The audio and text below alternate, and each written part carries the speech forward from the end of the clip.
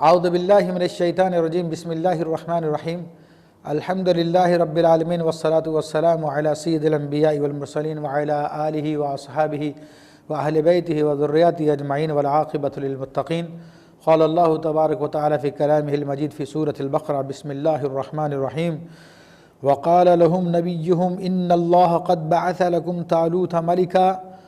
قالوا أنا يكون له الملك علينا ونحن أحق بالملك منه ولم يؤت سعة من المال قال إن الله اصطفى عليكم وزاده بسطة في العلم والجسم والله يؤتي ملكه من يشاء والله واسع عليم صدق الله العظيم وصدق رسوله النبي الكريم مولاي صل وسلم دائما أبدا على حبيبك خير الخلق كلهم رب اشرح لي صدری ویسر لي امری واحلل عقدۃ من لسانی یفقہوا قولی۔ الحمدللہ گزشتہ درس میں ہم نے حضرت شموئیل علیہ السلام کے حوالے سے واقعہ بیان فرمایا کہ اللہ تبارک و تعالیٰ اب اس سورہ مبارکہ میں اس مقام پر حضرت شموئیل علیہ السلام کا واقعہ بیان فرما رہا ہے، جس میں بنی اسرائیل کا یوں کہہ لیجئے کہ ان کے لیے بھی یہ واقعہ غزوہ بدر کی حیثیت رکھتا تھا، کیونکہ اس واقعے میں جن حضرات نے جہاد میں حصہ لیا ان کی تعداد بھی 313 تھی، اور یہ اللہ کے نبی نے ان لوگوں کو تیار کیا۔ اور مختصر یہ کہ بنو عمالقہ نہایت ہی طاقتور قبیلہ تھا، جن کے لوگ بھی بڑے لحیم و شہیم تھے، بڑے جسم والے تھے۔ ان لوگوں نے بنی اسرائیل پہ ظلم و ستم کیا، کیونکہ بنی اسرائیل بھی اللہ کا پیغام بھول چکے تھے موسیٰ علیہ السلام کے بعد، وہ مختلف گناہوں میں گرفتار ہو چکے تھے، شرک و بت پرستی میں بھی پڑ گئے تھے۔ تو اللہ تبارک و تعالیٰ جب کسی قوم کو دیکھتا کہ وہ مقصدیت سے ہٹ جاتی ہے تو اللہ تبارک و تعالیٰ ان پر غیروں کو مسلط فرما دیتا ہے۔ تو یہی معاملہ بنی اسرائیل کے ساتھ ہوا، اور نبوت کا سلسلہ بھی تقریباً 300 سال سے رکا ہوا تھا۔ تو اللہ تبارک و تعالیٰ نے پھر حضرت شموئیل علیہ السلام کو مبعوث فرمایا، تو ان لوگوں نے سیدنا شموئیل علیہ السلام سے عرض کی کہ حضور ہمارے لیے بادشاہ بنا دیں، کیونکہ جہاد بغیر بادشاہ کے ممکن نہیں ہے۔ تو سیدنا شموئیل علیہ السلام نے ان پر بادشاہ مقرر فرمایا، اور جس کا بیان ابھی آتا ہے جو میں نے آیت طیبہ پڑھی، اس میں اللہ تعالیٰ ارشاد فرماتا ہے وقال لهم نبیہم، اور ان سے ارشاد فرمایا ان کے نبی نے، ان اللہ قد بعث لکم طالوت ملکا، اللہ نے طالوت کو تم پر بادشاہ مقرر کیا ہے۔ سیدنا شموئیل علیہ السلام نے اللہ تبارک و تعالیٰ سے عرض کی کہ مالک ان کے لیے کس میں بادشاہ بنایا جائے، تو اللہ تبارک و تعالیٰ نے طالوت رضی اللہ تعالیٰ عنہ کا مشورہ دیا، حکم فرمایا کہ انہیں بادشاہ بنایا جائے، اور ان کی پہچان کی ایک علامت میں ان کو ایک بڑا عصا دیا گیا کہ جس آدمی کا قد بنی اسرائیل میں اس عصا کے برابر ہو اسے بادشاہ بنایا جائے۔ طالوت چونکہ نہ تو بہت زیادہ مال والے تھے اور نہ کسی شاہی خاندان سے تعلق رکھتے تھے تو بنی اسرائیلی کے، تو لیکن ان لوگوں نے اس پہ انکار کیا اور طالوت کا انکار کرنے لگے کہ ہم اسے بادشاہ نہیں مانتے۔ تو اب ان کا اعتراض تھا جسے انہوں نے بیان کیا، اور یہ اعتراض اس بات میں مبنی تھا کہ یہ بادشاہت یا نبوت خاندانی ہوتی ہے، جس طرح کہ آج بھی بعض فرقے اس معاملے میں پڑے ہوئے ہیں کہ وہ امامت کو خاندانی معاملہ سمجھتے ہیں، تو اسی پر اپنا عقیدہ قائم کیے ہوئے۔ تو یہاں پر اللہ تبارک و تعالیٰ اس عقیدے کا رد فرما رہا ہے کہ یہ امامت یا نبوت کوئی خاندانی معاملہ نہیں ہے، اللہ تبارک و تعالیٰ جس کو چاہتا ہے عطا فرماتا ہے، اور اس کی اہلیت اللہ تعالیٰ جس میں پیدا فرمائے وہ اس کا اہل ہوتا ہے۔ تو ان لوگوں نے اعتراض کیا قالوا ان یکون له الملک، کہ انہیں کس طرح بادشاہت مل سکتی ہے علینا ہم پر، ونحن احق بالملک منہ، ہم اس سے زیادہ حقدار ہیں بادشاہت کے۔ تو اصل میں بنی اسرائیل میں سلسلہ چل رہا تھا کہ حضرت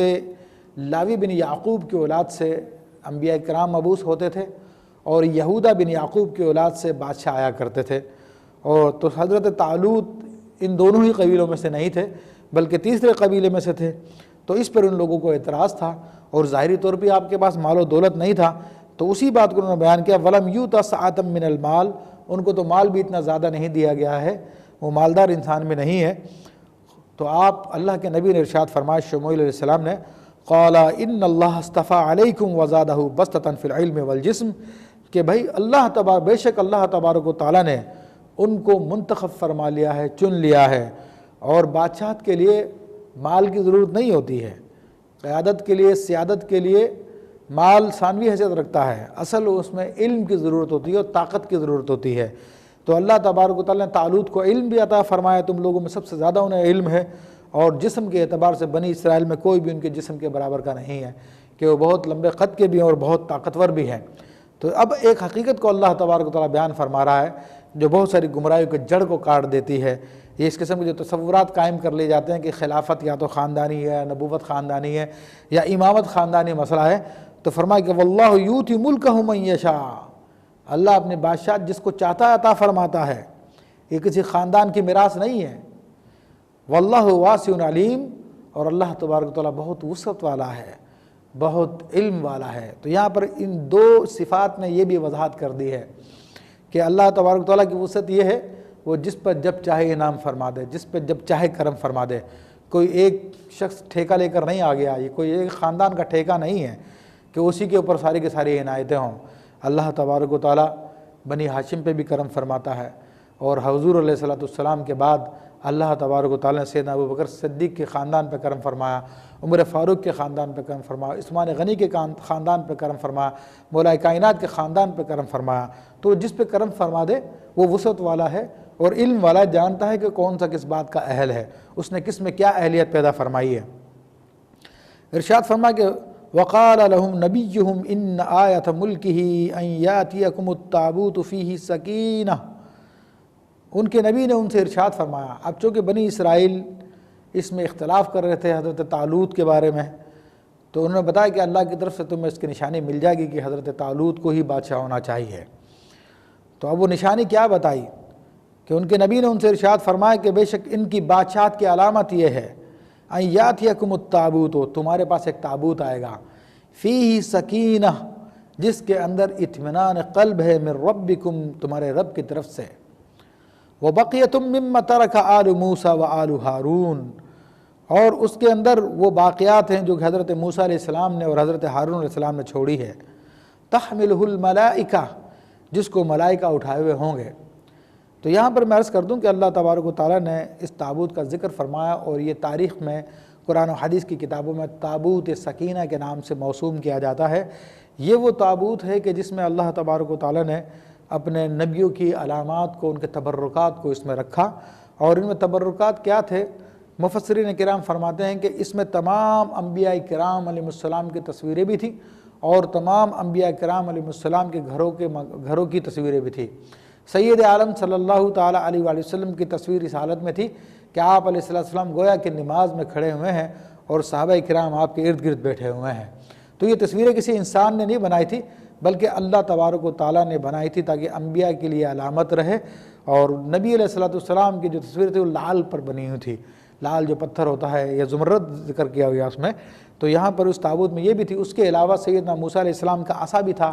سیدنا موسیٰ علیہ السلام کا امامہ شریف، آپ کے نالین شریف، آپ کا لباس مقدس، اور توریت کی الواح بھی موجود تھی۔ حضرت ہارون علیہ السلام کا بھی امامہ موجود تھا، اور ان کے بھی تبرکات موجود تھے۔ تو یہ تابوت تھا، جس سے یہ تابوت لکڑی کا بنا ہوا تھا، تابوت صندوق کو کہتے ہیں، شمشاد کی لکڑی کا تابوت بنا ہوا تھا، جو 3 ہاتھ لمبا تھا اور 2 ہاتھ چوڑا تھا۔ بنی اسرائیل اس سے بہت محبت کرتے تھے، اس کی بہت تعظیم کرتے تھے، اور اس کے طفیل اللہ تبارک و تعالیٰ کی بارگاہ میں دعائیں کرتے تھے۔ اللہ تبارک و تعالیٰ ان کی دعاؤں کو قبول فرما لیا کرتا تھا۔ میدان جنگ میں اس تابوت کو یہ اپنے سامنے رکھا کرتے تھے۔ اللہ تبارک و تعالیٰ ان اپنے نبیوں کے تبرکات کے طفیل بنی اسرائیل کو فتح عطا فرمایا کرتا تھا۔ لیکن جب بنی اسرائیل گناہ میں لگ گئے، اللہ تبارک و تعالیٰ نے یہ تابوت ان سے چھنوا دیا۔ قوم بنو عمالقہ نے ان پہ حملہ کیا اور ان کو شدید نقصان بھی پہنچایا، ان سے تابوت بھی لے گئے۔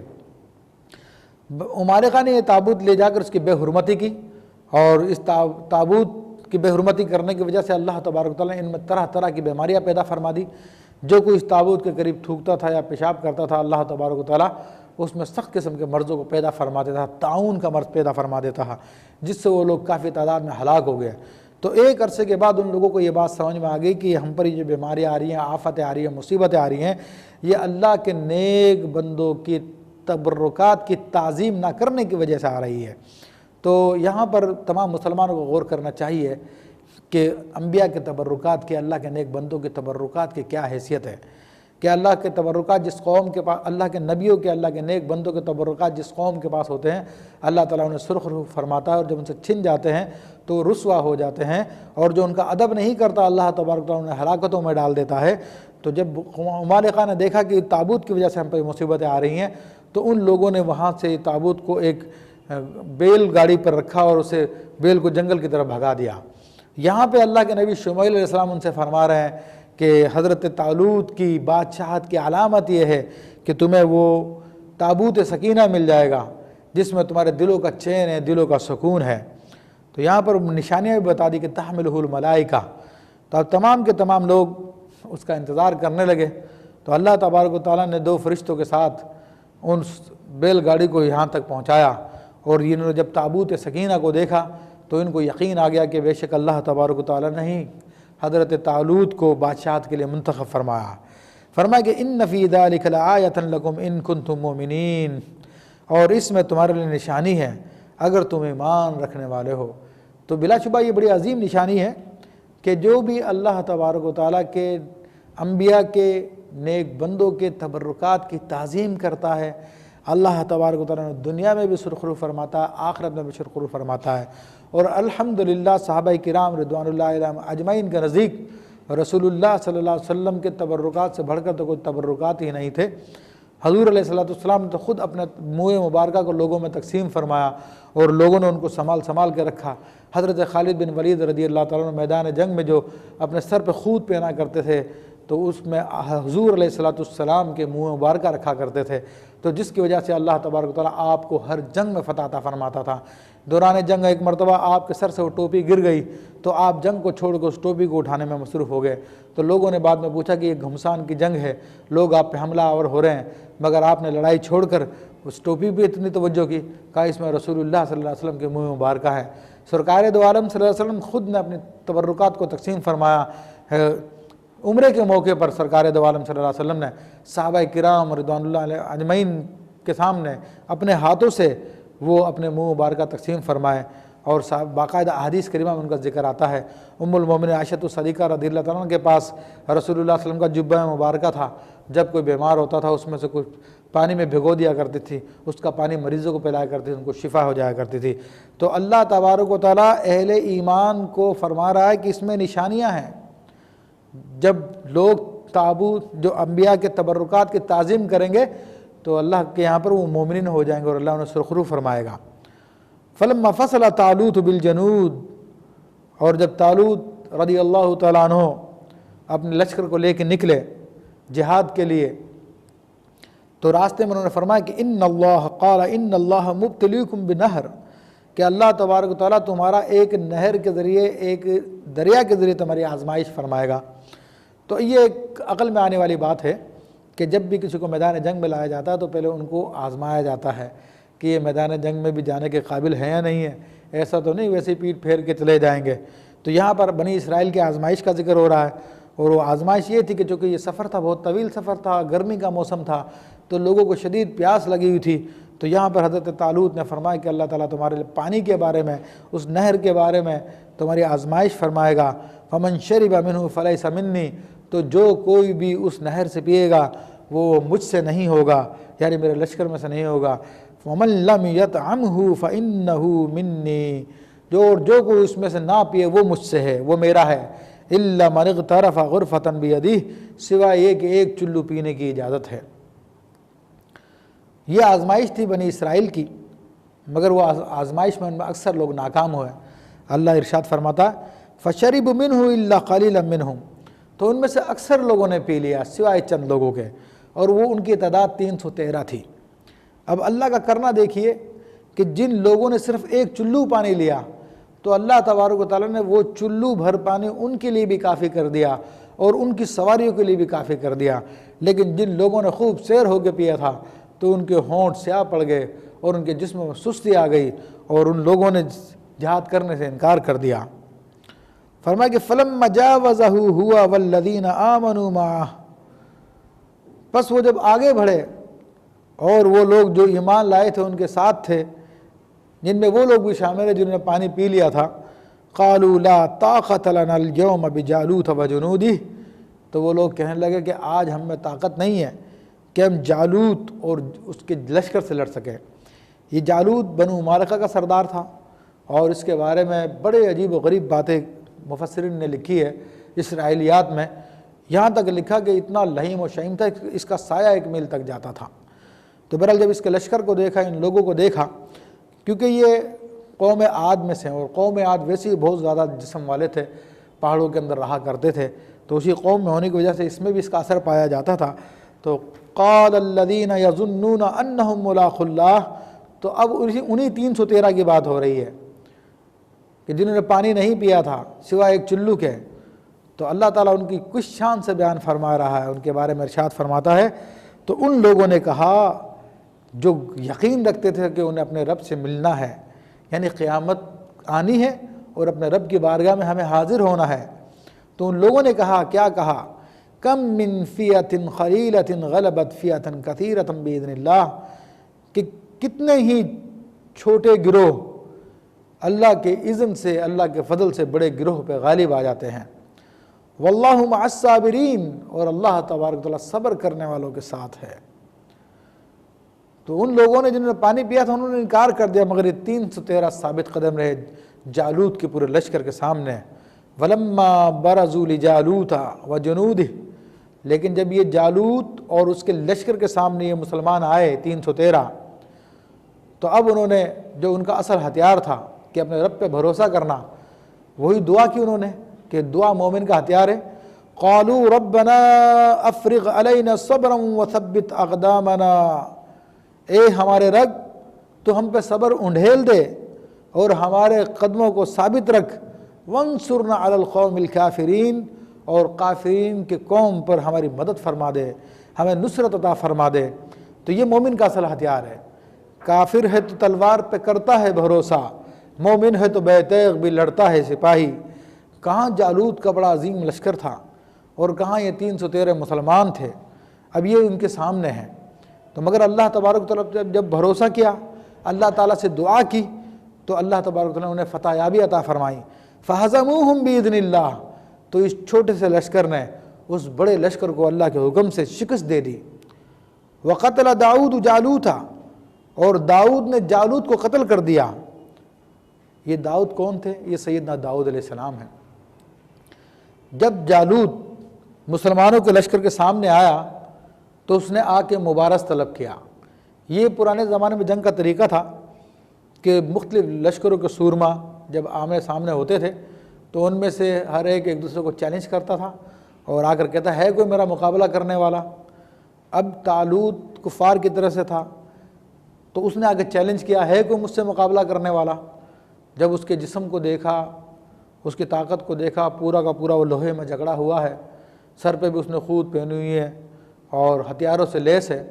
اور اتنا طاقتور اس کا جسم ہے، تو کسی کی ہمت نہیں ہوئی۔ وہ بار بار اعلان کرتا رہا، کوئی آگے نہیں بڑھا۔ تو طالوت نے اللہ کے نبی شموئیل علیہ السلام سے عرض کی کہ اب کسی اس کے مقابلے پہ بھیجا جائے۔ تو حضرت شموئیل علیہ السلام نے اللہ تعالیٰ کے حکم سے فرمایا کہ داؤد کو بھیجا جائے۔ حضرت داؤد علیہ السلام اس وقت آپ کے نبوت کا ظہور نہیں ہوا تھا، اس وقت آپ عیشا کے بیٹے تھے اور آپ کے 7 بھائی تھے، وہ سب کے سب میدان جنگ میں موجود تھے، اور آپ بکریاں چرایا کرتے تھے، اور اس وقت آپ بیمار بھی تھے۔ تو جب اللہ کے نبی نے مشورہ دیا کہ حضرت داؤد کو بلایا جائے، اور آپ جوان العمر تھے، طالوت نے اس وقت اعلان بھی کیا تھا کہ جو کوئی بھی جالوت سے مقابلہ کرے اور اس کو مارے، ایک تو میں اس سے اپنی بیٹی کا نکاح کروں گا، دوسرا یہ کہ میں اپنی آدھی سلطنت اس کو دے دوں گا۔ تو داؤد علیہ السلام کو کہا گیا، تو داؤد علیہ السلام اللہ کے نبی کے حکم پر سامنے آ گئے، اور اپنے ایک گوفن نامی آپ کا ہتھیار تھا جس میں وہ پتھر رکھ کے پھینکا کرتے تھے۔ تو چونکہ جس زمانے میں بکریاں چرایا کرتے تھے تو آپ اس ہتھیار کے اتنے زیادہ ماہر تھے کہ اس میں پتھر رکھ کے جب شیروں کو بھی مارتے، شیروں کے بھی سروں کو توڑ دیا کرتے تھے، ہر قسم کے جانوروں کو اس ہتھیار سے اپنے بھگا دیا کرتے تھے۔ تو داؤد علیہ السلام نکلے اور آپ نے راستے سے پتھر اٹھائے، جن میں ذکر کیا جاتا ہے کہ سنگ ہارون بھی تھا اور سنگ موسیٰ بھی تھا۔ تو جب لے کر اپنے گوفن میں رکھا اور اس جالوت کے سامنے گئے تو جالوت نے آپ کا مذاق اڑایا اور عجیب و غریب باتیں کرنے لگا۔ آپ کو ڈرانے لگا۔ حضرت داؤد علیہ السلام کو جالوت نے ہتھیار بھی دیے تھے اور زرہ وغیرہ بھی دی تھی۔ جب آپ جالوت کے سامنے گئے اور اس کی متکبرانہ باتیں سنی تو آپ کے دل میں خیال آیا کہ میں تو اللہ پہ توکل کرتا ہوں۔ آپ واپس جانے لگے کہ میں اپنا ہتھیار وغیرہ یہ سارے سامان ان کو دے جاؤں، واپس دے دوں طالوت کو۔ تو اس پر وہ کہنے لگا نونہال کہاں جا رہے ہو تم؟ تو آپ نے پھر اس کو اسی طرح سے جواب دیے، اور آپ نے اپنے جسم کی جتنی زرہ وغیرہ جو طالوت نے دی تھی وہ سب کے سب اتار دی، اور اللہ پہ توکل کرتے ہوئے اپنے اسی گوفن نامی ہتھیار کو ساتھ لے کر آتے ہیں، اور اس میں پتھر رکھ کر گھما کے جو جالوت کی طرف آپ نے پھینکے ہو، تو آپ قدرت خدا کے دیکھی وہ پتھر تھے یا ابابیل والی کنکریاں تھی کہ ان پتھروں نے جالوت کے سر کو توڑ دیا، اور سر کو توڑ کے اس کے جسم سے باہر نکل کر بعد میں بھی جا کے 30 آدمیوں کو مار دیا، جس سے اس کا سارا لشکر خوف زدہ ہو گیا اور وہ سب کے سب بھاگ گئے۔ وَآتَاهُ اللَّهُ الْمُلْكَ وَالْحِكْمَةَ، اور داؤد کو اللہ تبارک و تعالیٰ نے بادشاہت بھی عطا فرمائی اور حکمت بھی عطا فرمائی۔ وَعَلَّمَهُ مِمَّا يَشَاءُ، اور ان کو وہ کچھ سکھا دیا جو اللہ تعالیٰ چاہتا تھا، یا یہ کہ ان کو وہ سکھایا جو انہوں نے چاہا۔ وَلَوْلَا دَفْعُ اللَّهِ النَّاسَ بَعْضَهُمْ بِبَعْضٍ لَفَسَدَتِ الْأَرْضُ وَلَكِنَّ اللَّهَ ذُو فَضْلٍ عَلَى الْعَالَمِينَ، اور اگر دفع نہ کرے اللہ تبارک و تعالیٰ بعض کو بعض کے ذریعے، بعض انسانوں کو بعض انسانے کے ذریعے، لفسدت الارض، تو زمین میں فساد پیدا ہو جائے، لیکن اللہ تبارک و تعالیٰ بہت فضل والا ہے تمام عالمین پر۔ تو بعد میں پھر طالوت کا انتقال ہوا، حضرت داؤد علیہ السلام کو اللہ نے علم بھی عطا فرمایا اور پورے بنی اسرائیل کی بادشاہت بھی عطا فرمائی، اور حضرت داؤد علیہ السلام نے اس خوبی سے تمام معاملات کو نبھایا کہ تمام کے تمام بنی اسرائیل آپ کے گرویدہ ہو گئے۔ اب یہاں پر اللہ تبارک تعالیٰ نے ایک امر کی طرف اشارہ فرمایا جس کا قانون فطرت ہے کہ جب بعض لوگوں کے ذریعے بعض لوگ ظلم کرنے لگتے ہیں تو اللہ تبارک تعالیٰ ان کے بدلے میں دوسرے لوگوں کو مقرر فرما دیتا ہے۔ تو اللہ تبارک تعالیٰ بعض لوگوں کے طفیل بعض لوگوں کو دفع فرما دیتا ہے، اور بعض لوگوں کے طفیل بعض لوگوں کے ساتھ بھلائی فرماتا ہے۔ یہاں تک بزرگان دین فرماتے ہیں، روایت میں آتا ہے کہ ایک اچھے پڑوسی کی وجہ سے اس کے ارد گرد کے پڑوسیوں کو اللہ تبارک و تعالیٰ آفات و بلیات سے بچاتا ہے۔ تو اس آیت طیبہ میں اس کا بھی اشارہ کر دیا، تِلْکَ آیات اللہ نتلوها علیک بالحق، یہ اللہ کی نشانیاں ہیں جو ہم تم پر حق کے ساتھ تلاوت کرتے ہیں۔ وَإِنَّكَ لَمِنَ الْمُرْسَلِينَ، اور بے شک آپ رسولوں میں سے ہیں۔ تو اب یہ نبی علیہ السلام کی گواہی خود اللہ تبارک و تعالیٰ دے رہا ہے کہ بے شک آپ اللہ کے رسولوں میں سے۔ تو اس کی کہنے کی وجہ یہ ہے کہ حضور علیہ السلام تو کسی انسان کے شاگرد نہیں ہیں، آپ علیہ السلام کو تو جو بھی علم ملا ان کے رب سے براہ راست ملا ہے۔ تو بنی اسرائیل کے سارے واقعات تو ان کی کتابوں میں ہوا کرتے تھے، اور نبی علیہ السلام ظاہری طور پہ نہیں پڑھا کرتے تھے۔ تو اس پر اللہ تبارک و تعالیٰ نے یہ آپ کی نبوت پہ دلیل قائم فرمائی ہے بنی اسرائیل پہ، اے بنی اسرائیل یہ دیکھو کہ اللہ کے سکھائے ہوئے ہیں تمہارے وہ معاملات جو تمہاری کتابوں میں مرقوم ہے، جسے تم ہی جانتے ہو، یہ اللہ کے حبیب علیہ السلام تمہاری شاگردی کے بغیر، کسی اور کی شاگردی کے بغیر سب کچھ بیان کر رہے ہیں، تو بے شک یہ اللہ کے بھیجے ہوئے رسولوں میں سے ہے۔ الحمدللہ یہاں پر دوسرا پارہ تمام ہوا۔ اب کچھ حصہ ہم اگلے پارے کا بھی شروع کر دیتے ہیں، اور اس سے پہلے رکوع کی ابتدا ہو جائے گی۔ تو اللہ تعالیٰ ارشاد فرماتا ہے، تِلْکَ الرُّسُلُ فَضَّلْنَا بَعْضَهُمْ عَلَى بَعْضٍ، یہ وہ رسول ہیں کہ جن میں سے ہم نے بعض کو بعض پہ فضیلت عطا فرمائی۔ مِنْهُمْ مَنْ كَلَّمَ اللَّهُ وَرَفَعَ بَعْضَهُمْ دَرَجَاتٍ، ان میں سے بعض وہ ہے کہ جن سے اللہ تبارک و تعالیٰ نے کلام فرمایا، اور بعض وہ ہے، ایک وہ ہے کہ جس کو ہم نے بہت درجے بلند کیا۔ اب یہاں پہ اللہ تبارک و تعالیٰ فرمایا کہ رسولوں کو بعض پہ فضیلت دی، تو یہاں پر عقیدہ میں بتا دوں کہ نفس نبوت میں تو تمام انبیاء کرام برابر ہیں، لیکن اللہ نے بعض کو بعض خوبیاں عطا فرمائی، اپنی ان اضافی خوبیوں کی وجہ سے وہ ایک دوسرے پر مختلف درجات رکھتے ہیں۔ اور فرمایا کہ درجات دینے کی وجہ جس طرح خوبیاں کیا ہے، جیسے کہ اللہ تبارک و تعالیٰ نے سیدنا موسیٰ علیہ السلام سے بلا حجاب کلام فرمایا، اسی طرح اپنے حبیب علیہ السلام سے معراج پر بلا حجاب کلام فرمایا، اور اسی طرح اور دیگر لوگوں کو اللہ تبارک و تعالیٰ نے بہت سارے خوبیاں عطا فرمایا، جیسے ارشاد فرماتا ہے وَآتَيْنَا عِيسَى ابْنَ مَرْيَمَ الْبَيِّنَاتِ، اور ہم نے عیسیٰ علیہ السلام کو بینات عطا فرمائیں، کھلی نشانیاں عطا فرمائیں۔ حضرت عیسیٰ علیہ السلام مردوں کو زندہ فرما دیا کرتے تھے، مادرزاد اندھوں کو درست فرما دیا کرتے تھے، کوڑیوں کو درست فرما دیا کرتے تھے، مٹی کا پرندہ بنا کے پھونک مار کے اس کو زندہ کر دیا کرتے تھے۔ مردوں کو زندہ کر دیا کرتے تھے، یہ بینات تھے اللہ کی طرف سے۔ وَأَيَّدْنَاهُ بِرُوحِ الْقُدُسِ، اور ہم نے ان کی مدد جبریل امین کے ذریعے فرمائی۔ جب سے آپ پیدا ہوئے تھے اور 33 سال کی عمر تک، جب تک آپ اس دنیا میں آپ رہے، آسمان پہ اٹھائے جانے سے پہلے تک سیدنا جبریل علیہ السلام آپ کے ساتھ ہر وقت رہے۔ یہ آپ کو تائید غیبی حاصل تھی۔ تو یہاں پر یہ بتا دوں میں کہ تمام امت کا اجماعی فیصلہ ہے کہ تمام نبیوں میں سب سے زیادہ افضل ہمارے حضور علیہ السلام ہیں، کہ اللہ تبارک و تعالیٰ نے جتنے انبیاء کو جو معجزات عطا فرمائے، جو فضیلت عطا فرمائی، وہ تمام کے تمام ہمارے حبیب علیہ السلام نے اللہ نے جمع فرما دی۔ اور بعض آپ کی فضیلتیں ایسی ہیں جن میں کوئی اور شریک بھی نہیں ہے، جس طرح کہ آپ کو خاتم النبیین قرار دیا گیا۔ آپ فرماتے ہیں کہ لا نبی بعدی، میرے بعد کوئی نبی نہیں ہے، وختم بالنبیون، اور مجھ پہ نبیوں کا سلسلہ ختم کیا گیا ہے۔ پھر شفاعت کبریٰ جو آپ کو عطا فرمائی جائے گی، کسی اور کو عطا نہیں فرمائی گئی۔ آپ کو محبوبیت کا درجہ عطا فرمایا گیا، آپ کو مقام حمد عطا فرمایا گیا، لواء الحمد آپ کے ہاتھ میں ہوگا، آپ تمام انسانوں کے سردار ہیں۔ آپ فرماتے ہیں کہ تمام انسان میرے علم تلے ہوں گے۔ تو آپ کی اس سے زیادہ اور بھی خوبیاں ہیں جس میں کوئی آپ کا شریک کار نہیں ہے۔ تو اللہ نے آپ پہ خصوصی فضل فرمایا۔ پھر اللہ تعالیٰ ارشاد فرماتا ہے وَلَوْ شَاءَ اللَّهُ مَا اقْتَتَلَ الَّذِينَ مِن بَعْدِهِم مِّن بَعْدِ مَا جَاءَتْهُمُ الْبَيِّنَاتُ، اور اگر اللہ تبارک و تعالیٰ چاہتا تو وہ لوگ قتال نہ کرتے، الَّذِينَ مِن بَعْدِ مَا جَاءَتْهُمُ الْبَيِّنَاتُ، یعنی ان کے بعد میں جن کے پاس نشانیاں آ چکی ہیں، کھلی نشانیاں موجود تھی، پھر بھی وہ آپس میں لڑ چکے، پھر بھی آپس میں لڑ پڑے۔ فرمایا کہ وَلَكِنِ اخْتَلَفُوا فَمِنْهُمْ مَنْ آمَنَ وَمِنْهُمْ مَنْ كَفَرَ، تو لوگوں میں سے بعض وہ جو ایمان لے آئے، انہوں نے تسلیم کر لیا، اس میں حضور علیہ السلام کی نبوت کی طرف بھی اشارہ ہے، اور بعض وہ جنہوں نے انکار کیا، کفر کیا۔ تو ایمان اور کفر کا اختلاف بیان کیا ہے۔ وَلَوْ شَاءَ اللَّهُ مَا اقْتَتَلُوا، اور اگر اللہ چاہتا تو وہ آپس میں قتال نہ کرتے، نہ لڑتے، مگر اللہ بادشاہ ہے، اور اس کی بادشاہت میں، اس کی ملکیت میں، اس کے حکم کے بغیر کچھ بھی نہیں ہوتا۔ یہ اللہ تعالیٰ کی حکمتیں ہیں، اور اس کی حکمتوں کو انشاءاللہ کبھی موقع ملا تو بیان بھی کریں گے۔ وَلَكِنَّ اللَّهَ يَفْعَلُ مَا يُرِيدُ، لیکن پھر اللہ تعالیٰ جو چاہتا ہے کرتا ہے، اس سے کوئی پوچھنے والا نہیں ہے،